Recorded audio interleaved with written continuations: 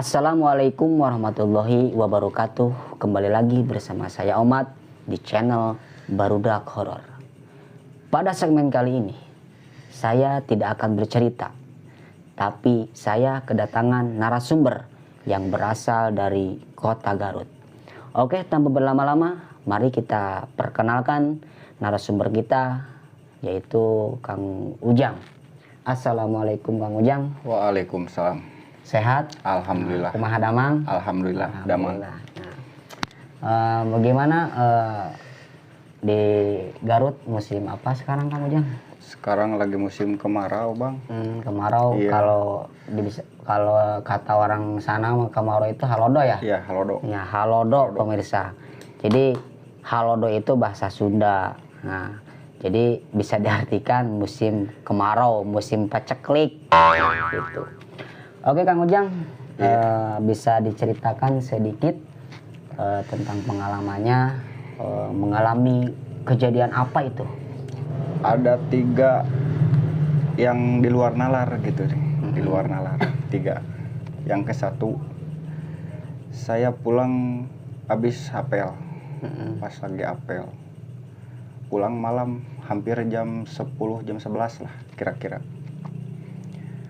Keadaan motor gak ada lampu motornya.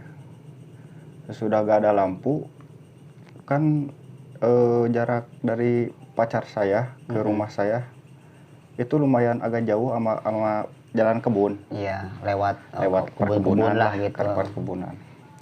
Pas saya di suatu tempat itu pas pembelokan, kan itu agak gelap gitu. Gelap. Saya lihat ke atas. Kirain mah plastik gitu ya, plastik ketebak angin kali ya, perkiraan saya. Kok pas saya dilihat terus kok terbang ke atas terus sampai itu. Pas itu saya refleks sampai ngebut gitu pakai motor. Pas terus di titik terus saya udah jauh dari lokasi tadi, nanti itu ada nenek-nenek bawa pakai sarung kebat. Oke, tahan dulu Kang Ujang ya. Oke, pemirsa, tanpa berlama-lama, sebelum kita lanjut ke ceritanya Kang Ujang, dan jangan lupa like, comment, and subscribe. Oke, tanpa berlama-lama, kita langsung saja simak ceritanya. Tetap di channel Cahor Bahor, Carita Barudak Horor.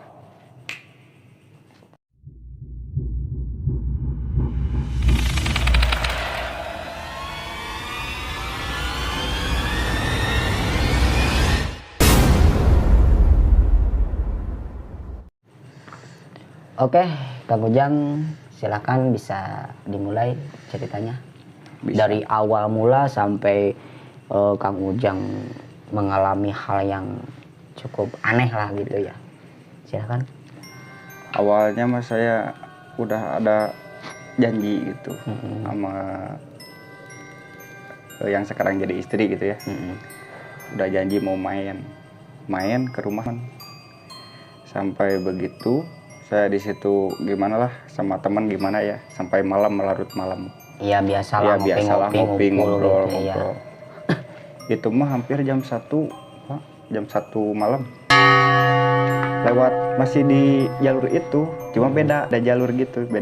Cuma itu mah namanya Sok Lebak, kalau ini mah baru Sokol. Oh, berarti Kang Ujang itu ngelewatin jalan yang yang beda. Saya tahu. Ya, saya tahu. Yang beda tapi masih gitu disebutnya angker. Masih bisa dikatakan mistisnya masih banyak lah gitu. Ya.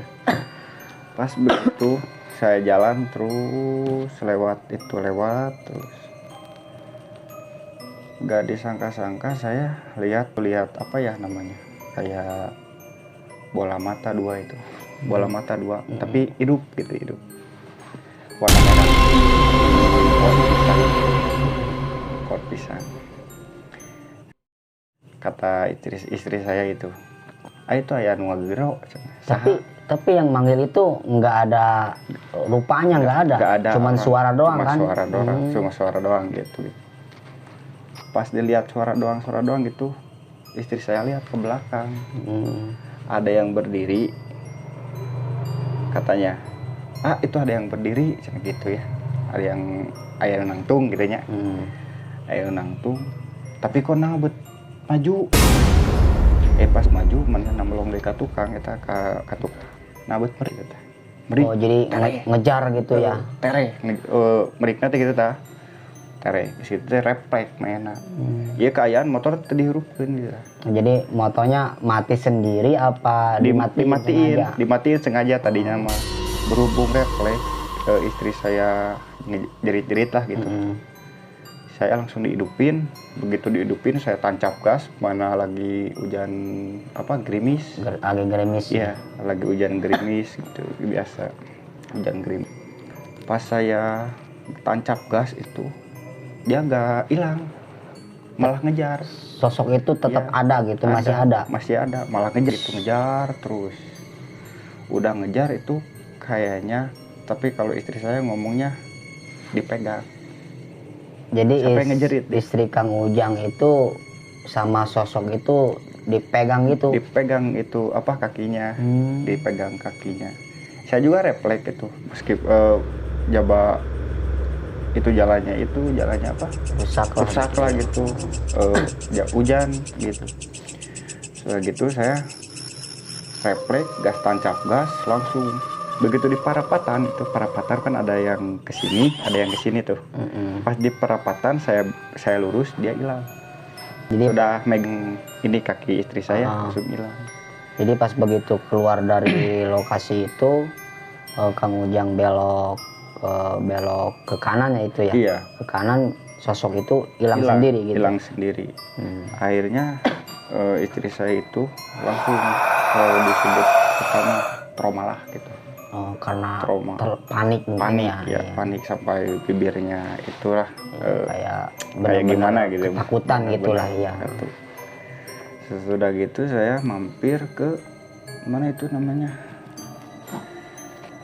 ke warung sampai gak bisa ditenangin dia.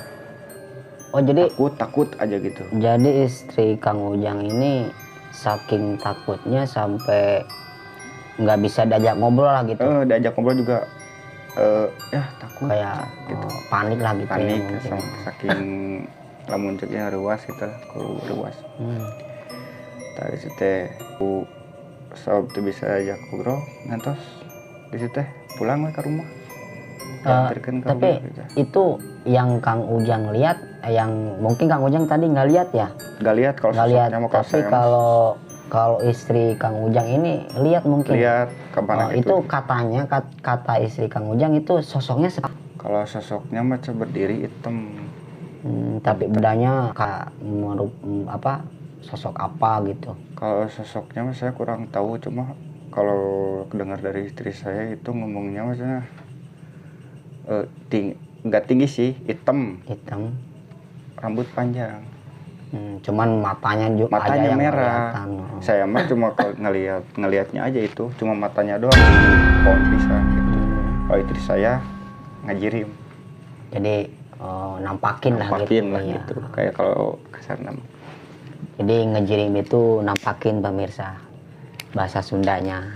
Jadi ngejirim dalam arti sosoknya yang dikatakan Kang Ujang ini nampakin sama istrinya Kang Ujang gitu. Bisa lanjut Kang Ujang? Singkat cerita, saya sama balik ngapel itu dulu. Itu kejadiannya pas sama masih di jalan itu, cuma agak atasan sedikit.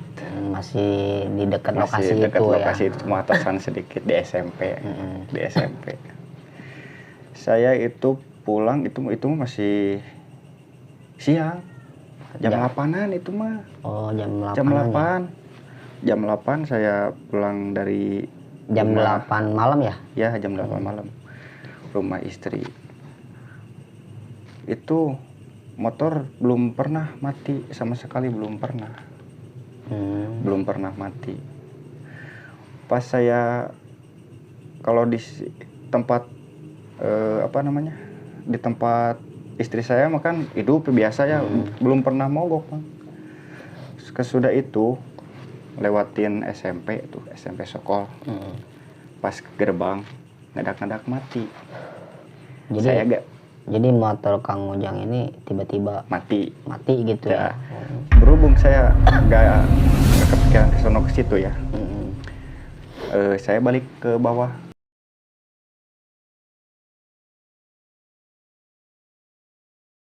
Pas lihat ke belakang ada yang loncat, hitam kecil. Hitam kecil. Loncat gitu. Loncat. Begitu saya refleks. Saya dilempar itu motor, saya lari ke atas. Ada itu, aduh sampai merinding.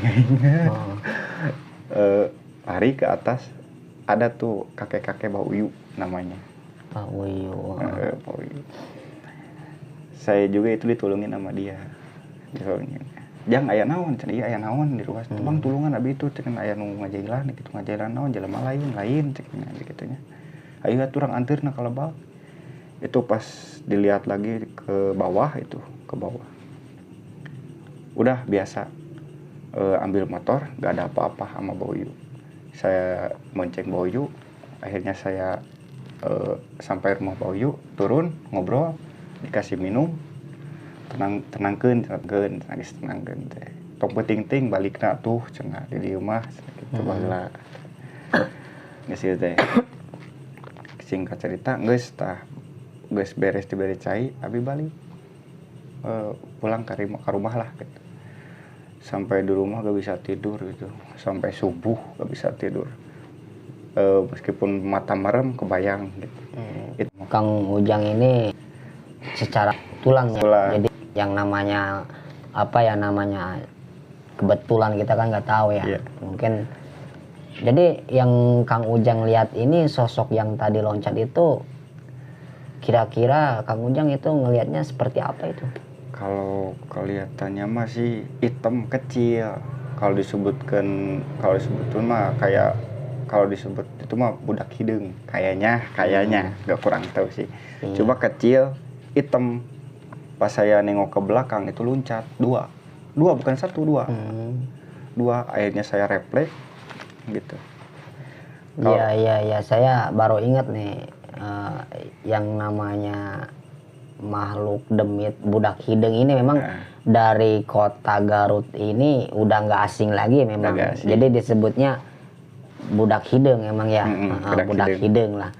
Jadi sosok budak hidung ini yang saya tahu ya posturnya kecil ya. Cuman mungkin disebut budak hidung itu kalau bisa istilah dibahasakan wujud yang anak-anak tapi hitam gitu ya. Disebut tuyul lain. Jadi disebut tuyul bukan. Disebut ya apa ya? Ini tuh demit juga istilahnya. Cuman budak hidung ini ya sosok yang kecil tapi semua hitam gitu. Cuman yang katanya warga di Garut ya itu memang demit jahil juga ya katanya ya. Emang jahil suka ngerjain orang-orang lah gitu ya. Ngerjain orang-orang yang ya iseng lah gitu istilahnya. Kalau nyelakain mah, kalau itu mah celaka mah katanya pola sorangan gitu nya. Iya. Lamun itu mau nyelakakeun gitu mah cuma pola sorangan. Tapi alhamdulillah lamun nampakeun ngajiri beungeut gorengna, alhamdulillah can pernah kan sakur kolebat gitu tah. Jangan sampai lah gitu ya. Jangan karena kan siapa yang mau ketemu sama makhluk yang wah menyeramkan gitu kan. Bang, boro-boro kita ditampakin gitu kan, cuman kita dengar doang dari orang ya begini kita kan udah ngerasa takut gitu kan. Oke, terima kasih Kang Ujang. Semoga sehat selalu. Amin. Pengalaman Kang Ujang ini ya kita bisa ambil sisi baiknya karena percaya nggak percaya bahwa alam gaib itu ada, makhluk-makhluk gaib itu ada. Nah, antara percaya nggak percaya itu kita kembalikan kepada diri kita masing-masing.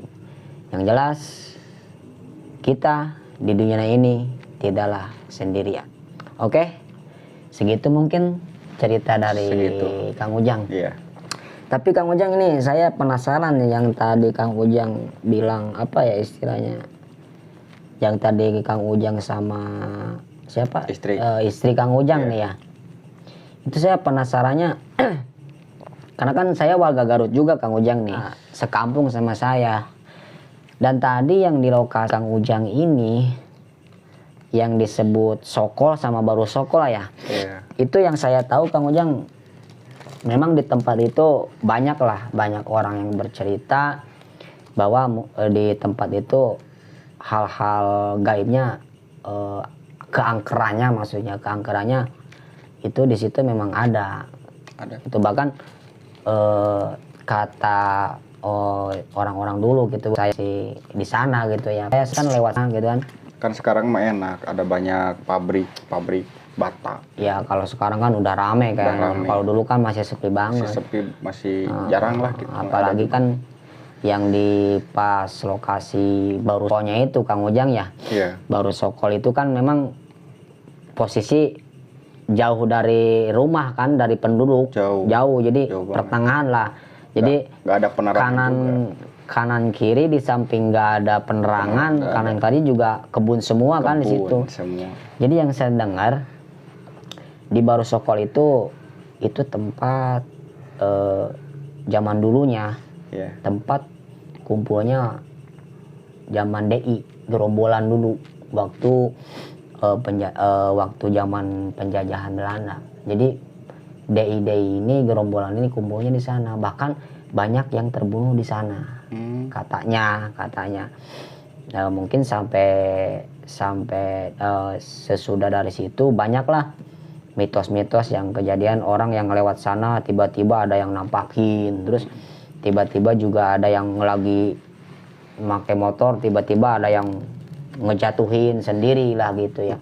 Ada yang melihat sosok-sosok juga yang lumayan yang menyeramkan katanya gitu.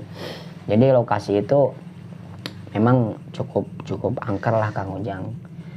Jadi intinya para dulur semua, mungkin cerita Kang Ujang ini pengalaman dia sendiri waktu di tengah-tengah perjalanan, mungkin dia harus mengalami hal yang di luar nalar ya Kang Ujang ya. Iya. Oke, para dulur sekalian, itulah cerita dari Kang Ujang. Sebelum kita tutup video ini, jangan lupa like, comment, and subscribe, dan tekan terus loncengnya agar tidak ketinggalan cerita-cerita berikutnya. Pantang terus channel Barudak Horor. Tetap di Cahor Bahor, Carita Barudak Horor. Wassalamualaikum warahmatullahi wabarakatuh.